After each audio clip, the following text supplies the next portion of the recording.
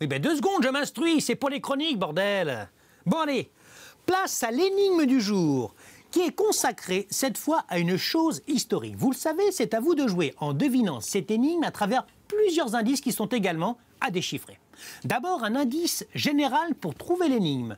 Je suis une dentelle dressée vers le ciel. Premier indice, je me suis élevé en un peu plus de 2 années.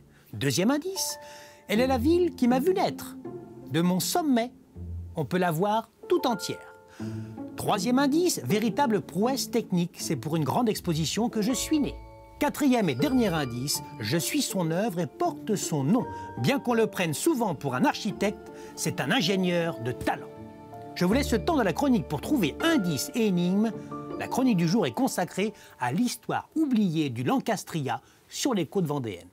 De Saint-Nazaire à la Vendée, partons aujourd'hui sur les traces du Lancastria.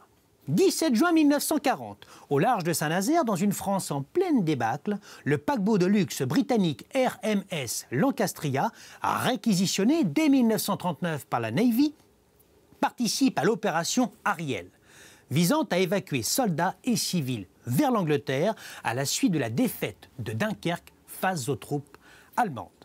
Ce jour-là, le navire embarque entre 8 000 et 9 000 hommes, bien au-delà de sa capacité.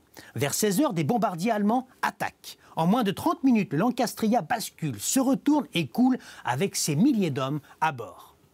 Le chaos est total, les secours sont insuffisants et le bilan est effroyable. Entre 4 000 et 6 000 morts selon les sources, soit jusqu'à 4 fois plus que le Titanic, faisant de ce naufrage la plus grande catastrophe maritime britannique. Pour préserver le moral des troupes, redoutant un impact dévastateur, Winston Churchill impose le secret sur cette tragédie, qui ne sera révélée au grand public que des semaines plus tard. Mais la mer, elle, ne garde pas le secret. Dans les jours qui suivent le drame, les courants marins rejettent des centaines de corps sur les plages de la côte atlantique, notamment en Vendée. À Beauvoir-sur-Mer, Noirmoutier, Saint-Gilles-Croix-de-Vie et d'autres communes, les habitants découvrent les dépouilles principalement de soldats britanniques. Des dizaines de corps échoués. Sont alors organisées des inhumations. Aujourd'hui, une petite vingtaine de communes vendéennes conservent des tombes liées au Lancastria. 160 environ. À l'Herbaudière, une plaque commémorative a été posée en 2019. Chaque année, le 17 juin, des cérémonies rendent hommage aux victimes. Si à Saint-Nazaire, un mémorial a été érigé et des gerbes régulièrement déposées en mer au-dessus de l'épave, classée depuis 2006 cimetière marin, en Vendée, des parcours mémoriels relient les communes où reposent des victimes du drame. Catastrophe oubliée de la Seconde Guerre mondiale, le naufrage du Lancastria est peu connu. Il symbolise pourtant le courage des soldats, la solidarité des populations locales, vendéennes notamment, et l'importance de la mémoire collective qu'il était nécessaire de rappeler aujourd'hui. On en revient à l'énigme du jour.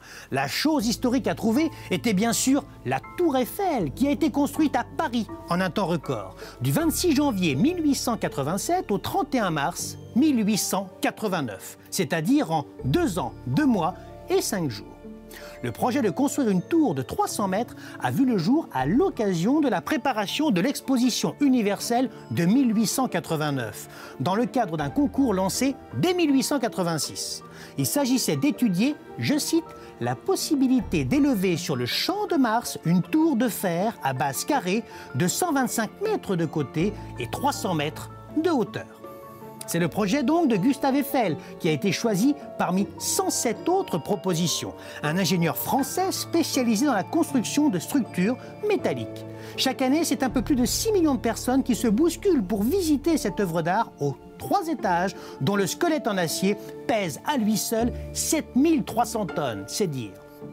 La prochaine chronique sera consacrée aux légendes des 5 Pinots, 5 rochers isolés en mer au large de Sion-sur-l'Océan, à Saint-Hilaire-de-Riez. Formés par l'érosion d'un ancien cap rocheux, ils sont entourés de légendes locales, mêlant diable, moine et mystère marin. Courage, parce que la semaine prochaine, je vous le garantis, on va voir les jetons. Allez, bonne semaine à tous, mais d'ici là, n'oubliez pas, ah non, vous allez beaucoup manquer.